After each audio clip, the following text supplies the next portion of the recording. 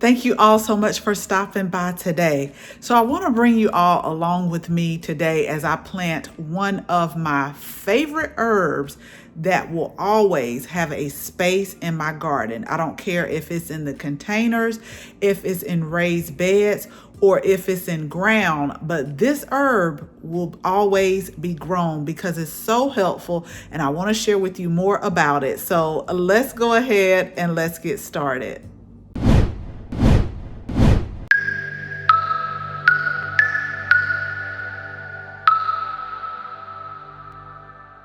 So you all know I love to grow vegetables, flowers, and herbs like all in the same growing space.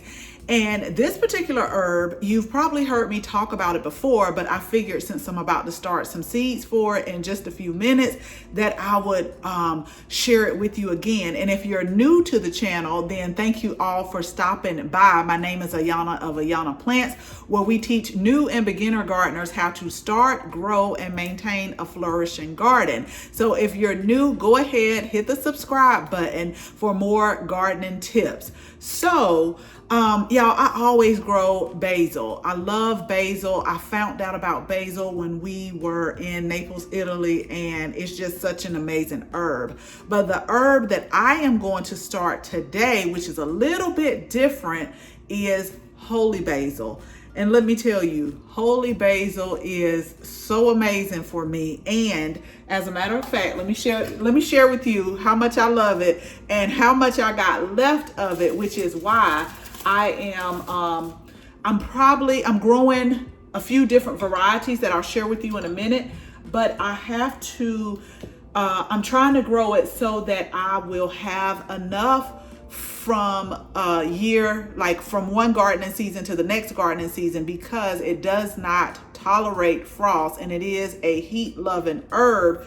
But this is all that I have left. And so we grow holy basil, we dry it and we use it in our tea and we use it in our tea blends. But I'm sharing this with you because it's such an amazing herb. It just has like a relaxing and a calming effect. Now, y'all, before you start any herbs, anything like that, you need to talk to your doctor, because you need to get the go ahead from your doctor. Basically, I'm not a medical doctor. I just love to use it and share it with some of my family and my friends.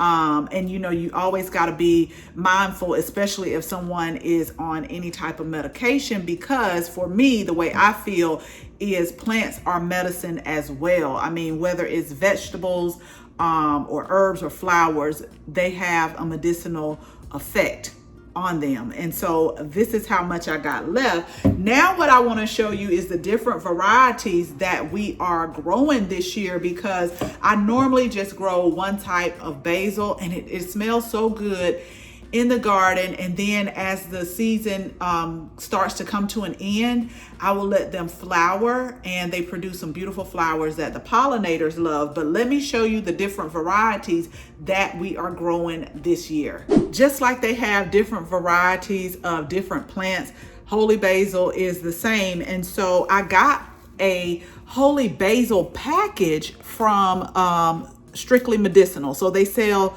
I think it was like 4 different varieties. So I just want to show you that this is the Vana, and I put little notes on here just so I can try to plan where I want to plant it in the garden. Now, I was reading, I'm not sure if the Atlanta area would be considered, if this would be considered a perennial. It was a few of the comments on there that were saying they were in Alabama and it actually was a perennial for them, like they let it overwinter. So I'm not sure. One person put a picture up there and it was tall. So that's why I put it can get like 5 to 7 feet. So I have to kind of plan out where I would want this to go in the garden.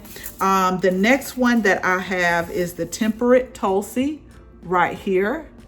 And then we have the Rama Tulsi, and I think this is the purple stem, green leaf. That's what I put on there.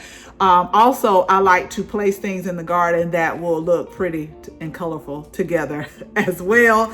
And then we have the Krishna holy basil that we are going to plant. And then I have the Kapoor holy basil, and some people refer to it as Tulsi. So you may hear it interchangeable. You may hear people say Tulsi, or you may hear people say holy basil. But leave a comment below if you've ever had holy basil. What have you used it in? Again, I mainly use it in my teas and in my tea blends, and it is just really it's very fragrant, and it's very good. And I always drink it. I really drink it before I go to bed, because it does, for me, it brings on like a relaxing and a calming feeling, just like a time to wind down. So a lot of times I'll stop social media or just get off my phone or my iPad or the computer at a certain time. I will have tea, and then I'll read a little bit. And so that just kind of relaxes me. Now, since the seeds are really small, we are soil blocking them. So let me show you, because I had to talk to this soil blocking mixture. I just made another batch, and I've been soil blocking quite a bit, and I don't know why I didn't make a lot, but it was because I was like, I got to get these seeds done. And so I was like, this should be enough for a while, but I literally have went through it. But this particular batch, I had to talk to it because it didn't want to do right. So let me show you exactly what I'm talking about. And then while I'm showing you, I'll explain to you why I soil block, why I'm going to soil block this holy basil. Okay, so for this particular soil blocking medium, it seems like I had, for it to like form and do what it's supposed to do, I had to have it just a little bit wetter than normal this time. I'm not sure why. I can't give you an answer. And then some of the ones on the end, I just was like, you know what? They're just going to be smaller as long as they grow. But I've always had like the ones on the four corners, you really have to kind of overstuff it a little bit. For me, this is just for me. But I like to soil block the smaller seeds. And y'all know this is the tray that's going to be about, is 60 soil blocks on here. So I'm going to have a lot of plants, and I'm not sure if I will probably maybe sell some of the excess plants that we have, because I know that I can only fit so many in the garden. But I do want to try the different varieties that I just shared with you, just so I can see if there is a different taste amongst the holy basil. So I want to show you how the seeds look. Now, what I will tell you is the regular basil that you use like in your culinary dishes, they look the exact same way. And we're going to be planting up basil, the culinary basil, this season as well, also some purple basil. But I wanted to go ahead and get this holy basil started because you saw how much I just had left, and I want to get a jump start on it so that when it's time, all danger of frost has passed, it'll at least have a little bit of growth on there, and so it'll start growing, so I can start restocking the herb cabinet that we have going on here. So this is how they look, and so this is why I choose to soil block, just for that reason, because sometimes I feel like if I put them in something bigger, I just feel like they get lost. I think my number one preference with small seeds like snapdragons, holy basil, we've started some salvia, different lettuces, is I do prefer the soil block because they're small, and I feel like I just have a little bit more control. And then also sometimes when you do them in the bigger pots, you can tend to keep them a little bit too wet. And then sometimes if you're watering them, depending on the way, they can get dislodged. So I start them like this. Now, this is February now, and I'm pretty sure that I'm going to have to pot these up because these are like 1/2 inch soil blocks that we have here. But when they get a little bit bigger, I will put them in some cell trays, and then we'll, do our whole hardening off, which I'll link that video because that's very important. We'll do that process, and then they should have some good growth once it's time to place them out in the garden. Okay, so I'll make sure that I put a picture up of the holy basil that we grew in the old garden for ever since I found out about holy basil. We've grown it year after year.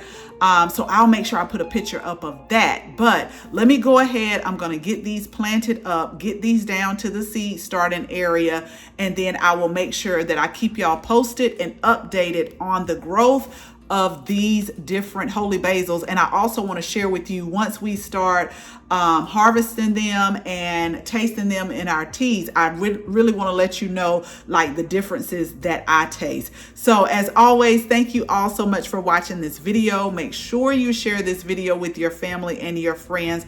And if you're not a subscriber, go ahead, tap the subscribe button. Make sure you tap the bell so that you can receive notification each and every time we upload a new video. Again, thank you all so much for watching. And until the next video, bye-bye.